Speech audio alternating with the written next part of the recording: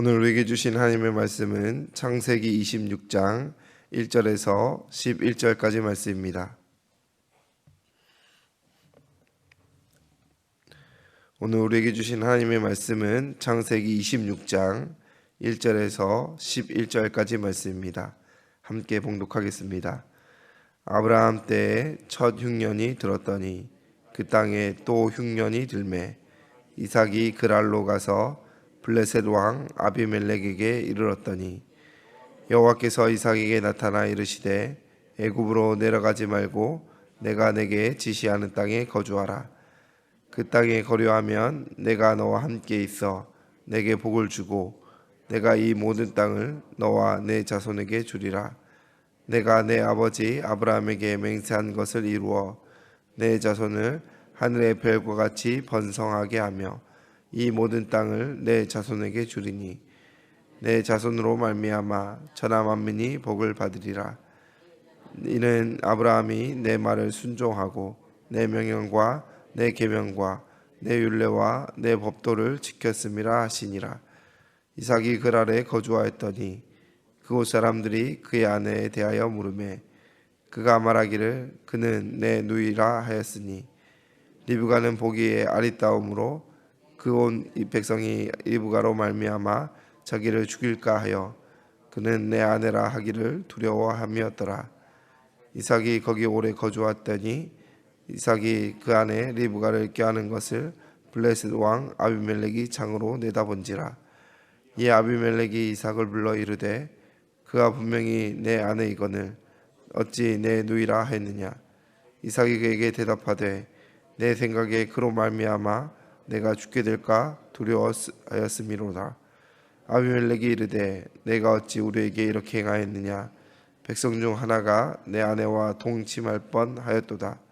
내가 죄를 우리에게 입혔느니라. 아비멜렉이 이에 모든 백성에게 명하여 이르되 이 사람이나 그의 아내를 범하는 자는 죽이리라 하였더라. 아멘.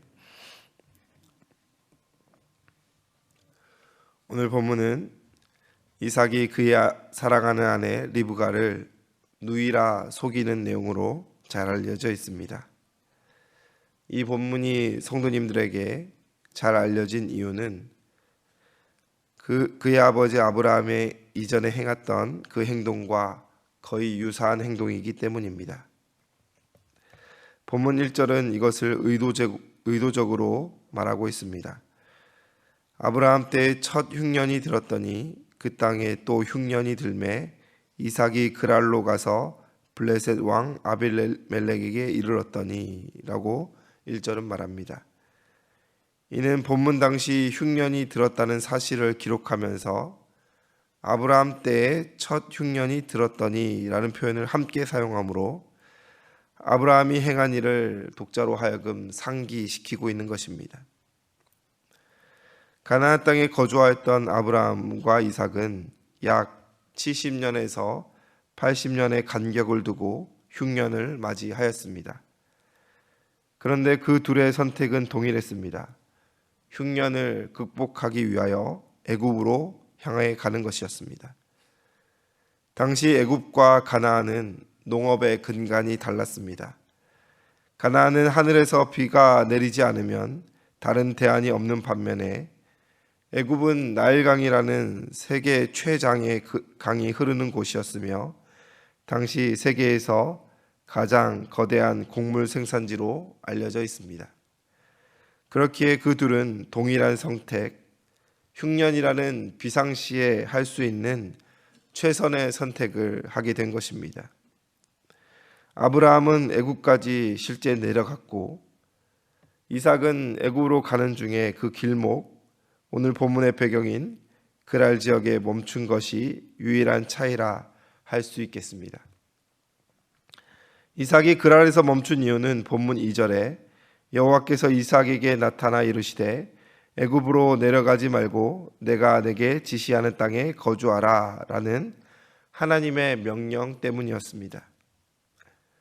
우리네 삶에 있어서 위기가 닥치면 해결할 수 있는 방도 중 하나를 택하는 것이 자연스러운 것입니다. 그렇게 흉년이 들어 애굽으로 내려간 그 자체가 잘못되었다 말하는 것은 어렵다라는 것입니다. 실제 아브라함은 하나님의 허용 아래 애굽까지 내려갔습니다. 그런데 하나님은 이삭을 멈춰 세웁니다. 세상의 풀이법이 아닌 하나님의 방법을 따르기를 원하는 바로 하나님의 마음이었습니다. 그리하면 하나님께서 그의 인생을 책임지실 뿐 아니라 번성하여 천하 만민이 복을 받는 통로가 되게 하시겠다라고 우리 하나님께서 이삭에게 말씀하고 있습니다. 그래 본문 6절은 이삭이 그 아래에 거주하게 되었다라고 말합니다. 이런 앞선 정황과 문맥상 이어질 내용은 이삭이 이제 하나님의 뜻에 순종하고 동행하는 삶을 사는 내용이 나와야 자연스러워 보이는데 이어지는 내용은 독자를 당황하게 합니다. 바로 본문 7절이지요. 우리 함께 읽을까요? 그곳 사람들이 그의 아내에 대하여 물으매 그가 말하기를 그는 내 누이라 하였으니 리브가는 보기에 아리따움으로 그곳 백성이 리브가로 말미암아 자기를 죽일까 하여 그는 내 아내라 하기를 두려워함이었더라. 아멘. 지금 이삭은 자기를 죽일까 하여 두려워한 초라한 자의 모습을 보여주고 있습니다. 그리하여 거짓말을 하고 있죠. 물론 이삭이 이와 같이 거짓말한 것에는 충분한 이유가 있었습니다. 이삭은 외지인이었고 고대 근동사회는 시족 중심의 부족 사회였습니다. 외지인의 아름다운 아내를 데리고 들어왔을 때 유일한 걸림돌인 남편을 제거하여 취하는 것이 빈번하였던 문화와 사회 현상이 있었다라는 것이지요. 이는 아브라함 때에 사라가 취하여질 뻔하는 내용과 10절에 기록된 아비멜렉의 증언을 통하여서 이런 위협이 실제하였고 아브라함과 이삭이 겁을 낼 만했다라는 이유를 우리에게 보여주고 있습니다. 그렇다면 이삭은 그리고 아브라함은 자신이 살고자 아내를 낯선 사내들에게 내어주는 비겁한 자로 비춰지고 있습니다. 실제 그들의 감정선을 알 길이 없으나 아마 남편이 아닌 오라버니라는 신분이 아내와 그리고 자신을 지키는 것에 좀 더 유리했을 것이라는 계산이 담겨 있을 가능성이 큽니다. 실제 남편은 제거의 대상이지만 오라버니는 협상의 대상이기 때문입니다.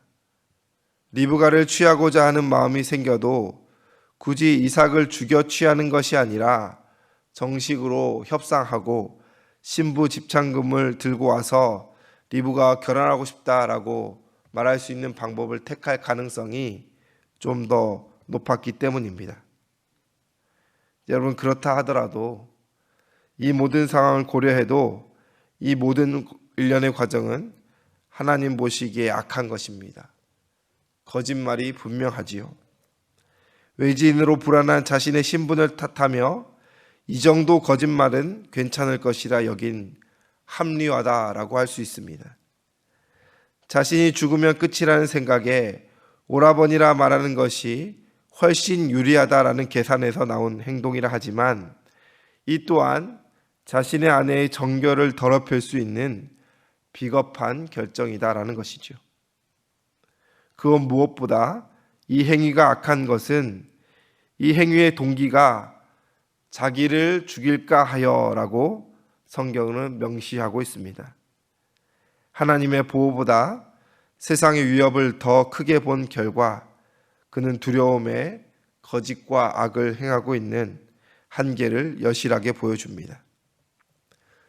그럼에도 성경은 이삭의 한계, 그의 죄악, 그의 초라함에 초점을 맞추고 있지 않습니다.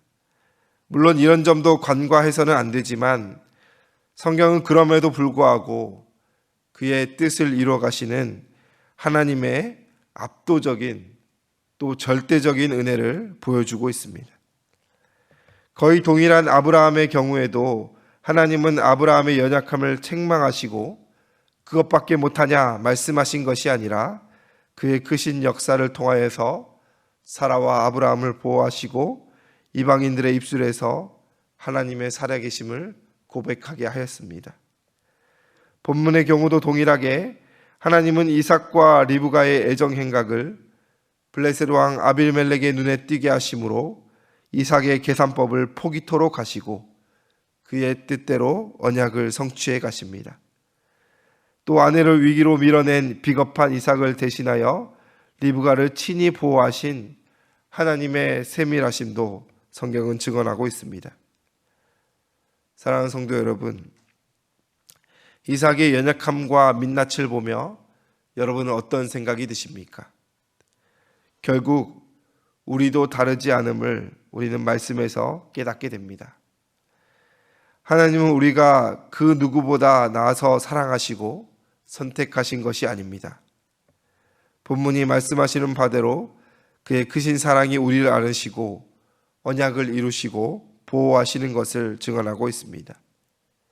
하나님의 사랑에는 다른 이유나 조건이 없습니다. 이삭의 경우도 아브라함의 경우도 마찬가지입니다. 성경의 모든 역사는 믿음의 선진들이 그 삶의 아름다움과 잘하였음을 조명하고 있지 않습니다. 바로 그들에게 베푸신 하나님의 압도적이고 절대적인 은혜를 조명하는 것이지요. 이것이 우리가 하나님 앞에 합당하게 반응해야 하는 이유입니다. 역사는 우리도 은혜 받은 자라 증언하고 있습니다. 오늘 기도하실 때 우리의 연약함 있는 그대로 나아가시길 원합니다. 아브라함과 이삭의 삶을 우리와 비교하는 것도 큰 의미가 있지 않습니다. 하나님이 어떻게 그들의 삶에 역사하셨는지, 하나님이 어떻게 그 연약한 자들을 크게 세워가시는지에 더 주목하시길 바랍니다. 우리보다 더 잘하시는 하나님께 우리를 맡겨드릴 때에 하나님께서 우리를 감싸 안으시고 그의 크신 긍휼과 사랑으로 세밀하게 살펴주실 줄을 믿습니다. 그 은혜를 경험하시는 저와 여러분들 되시기를 주님의 이름으로 축원을 드립니다. 기도하겠습니다. 사랑과 은혜가 풍성하신 하나님 아버지, 오늘 우리는 이삭의 연약함과 그의 거짓과 두려움에 쌓여 초라한 모습을 보게 됩니다. 하나님, 세상을 살아가는 우리의 모습과 동일함을 또 발견하게 됩니다. 하나님, 이삭의 어떠함과 아브라함의 연약함과 우리 스스로의 부족함을 보는 것이 아니라 우리 위에 역사하시는 하나님의 크신 손길을 경험하길 소원합니다. 나를 나보다 더 잘 아시는 주님, 주님께 우리의 삶을 맡겨드릴 수 있도록 주님 함께하여 주시옵소서.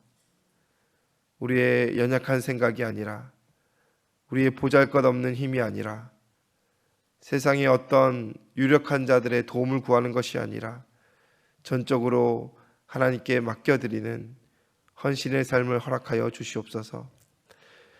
하지만 우리는 참 악하고 연약하여서 우리의 삶을 스스로 주도하려 하고 핸들링하려는 어리석은 모습이 있습니다. 하나님 잘 아시오니 우리의 생각과 마음을 고쳐 주시옵소서. 오늘 이 시간 주님께 겸손히 나아가 기도할 때 있는 모습 그대로 나아갑니다. 감추지 않고 포장하지 않고 하나님 꾸미지 않고 하나님 앞에 다 내어놓을 때 우리의 연약함을 책망치 마시고 사랑으로 덮으사 하나님의 크신 은혜를 경험하게 하여 주시옵소서. 우리의 부족한 삶을 통하여도 역사하시는 하나님, 하나님 세상에 빛이 되어서 세상에 믿는 자의 삶을 보여줌으로 그리스도의 사랑과 하나님의 나라를 전하는 저희 삶 될 수 있도록 은혜 위에 은혜를 허락하여 주시옵소서. 오늘 기도의 자리에 나온 우리 사랑하는 성도님들의 삶을 주님 아시오니 각자의 문제와 삶의 괴로움과 인생의 문제들 하나님의 크신 은혜로 역사하여 주시옵소서. 감사드리며 예수님의 이름으로 기도드리옵나이다. 아멘.